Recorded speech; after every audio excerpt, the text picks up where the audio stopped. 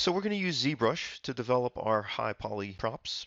And the first thing we need to do is we need to bring in a reference image just to help us. I'm going to use it as an image that we project onto the grid just so that it's always going to be there. We can turn it off whenever we need to. Keep in mind that you can also use the see-through option, and you can put your reference on the desktop so you can kind of, see through. I have Photoshop open, so I could actually model this and have this image visible and then invisible as I need it. I might use a combination of the two.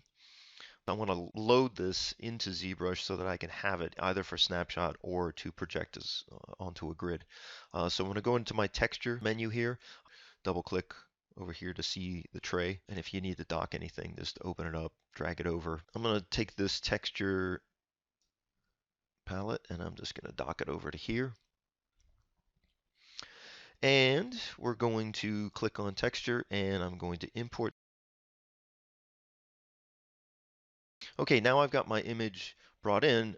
In order to project this onto something, I need a tool on the workspace. So I'm going to go under my menu here of tools, and I'm going to use the 3D sphere. I'm also going to go down to initialize,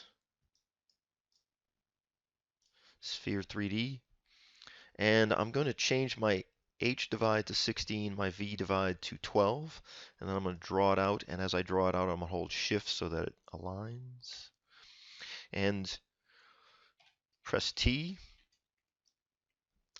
drops it into 3D space. And I use this so that I could get some relatively square, I use these numbers so I could get some relatively square polys to start off with, because even though we're developing a high poly object, we can still start in a low poly method to get this base mesh established. Make it simple for yourself, work straightforward, and then subdivide everything together as you're building it out. We're going to be developing some things with the Z modeler as well, and we'll be working on those in a low poly kind of format. So once we get this dragged out, we can go to make polymesh 3D. I also tend to just add a matte cap gray on this. Let's go ahead and get this Nuka grenade image projected. Let's turn the grid on. Go to draw, scroll down, and in front back we've got it active now. We can open up our maps and we can specify that Nuka grenade. If we need to, go back into it and we can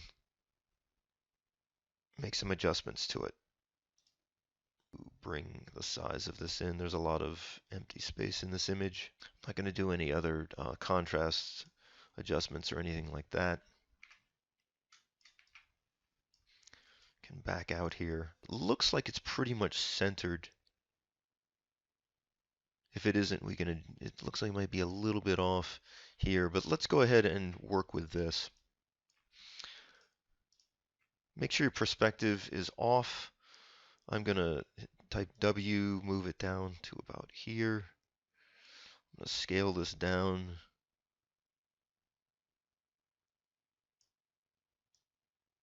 Yeah, we're a little bit off, so I'll just go ahead and adjust this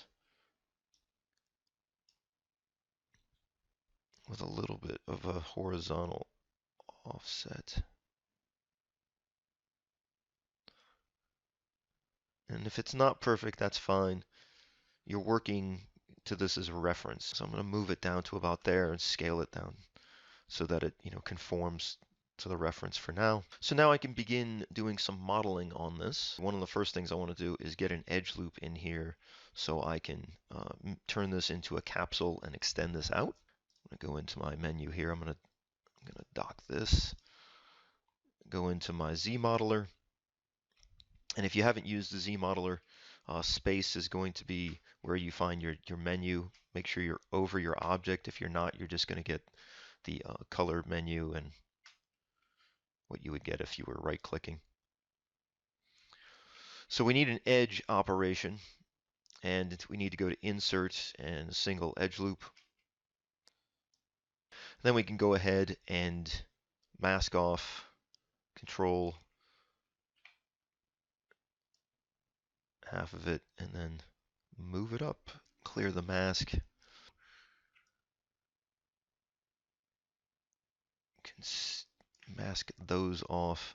I'm going to hold Alt, move my pivot up here.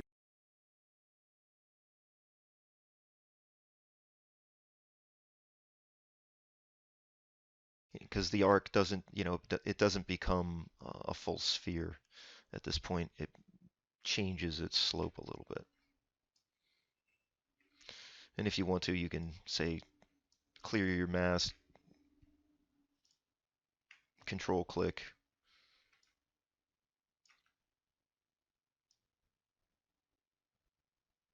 to reverse it, and then make adjustments. Control click, control mask, control click, reverse.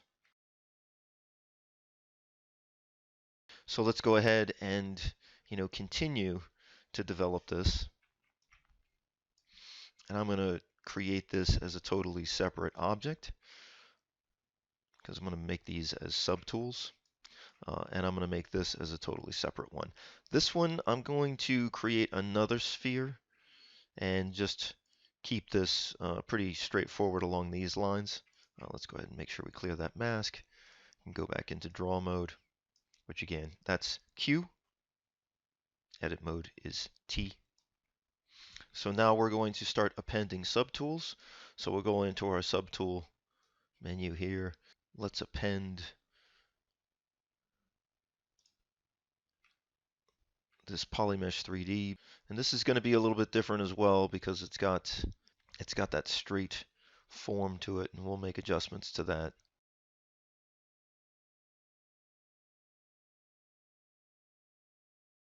In order to get this is nice straight form here, I'm going to mask all this off, reverse the mask, and then scale this. So we need a straight form here. And I've got my reference up on another monitor.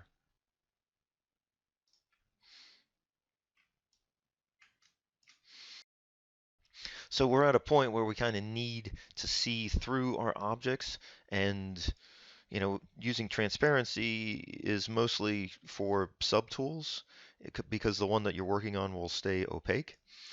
So to do this, we need to go into draw mode and change our fill mode to 3. These displayed with our image plane as transparent, so we can then work through them to get our reference as we need it. So now I can go ahead and mask this, reverse the mask, and then make some adjustments to this. I'm going to put it right to the edge, and I'm going to use the top of the curve. That looks just about as I need it. Can go back down to the capsule and make adjustments there as well. I'm going to need another edge loop in here, so I'm going to go back into draw mode, back into the Z modeler mode, move over an edge, insert another edge, single edge loop, bring that right down to there.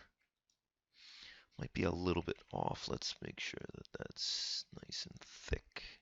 So I can go back and turn that off. And if you need to, you can always dock this draw palette over here.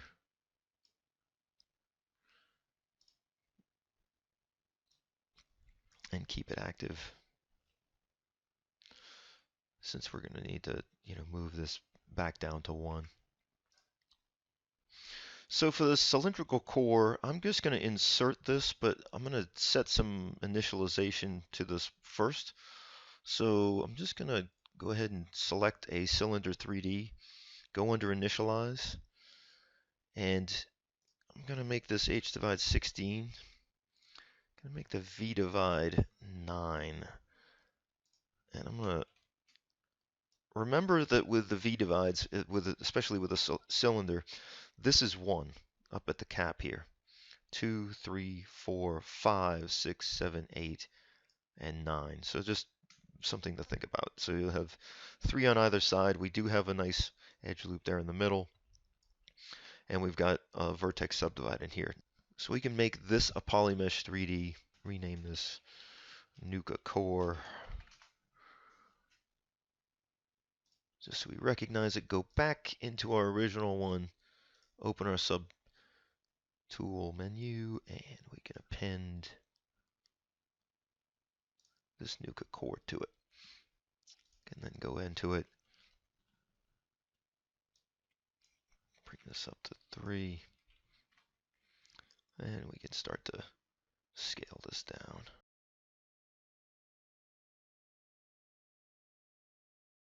The relationship to the top here to the bottom is a little bit different, and that's okay. Very quickly, you've got primitives established for all of this. You can start to go in and add. In some of the next videos, we're going to start to add the struts for this that connect, reinforce the top to the bottom, these ribs which cover up this region of the core, and then we're going to follow up by blocking in the trigger and the fuse.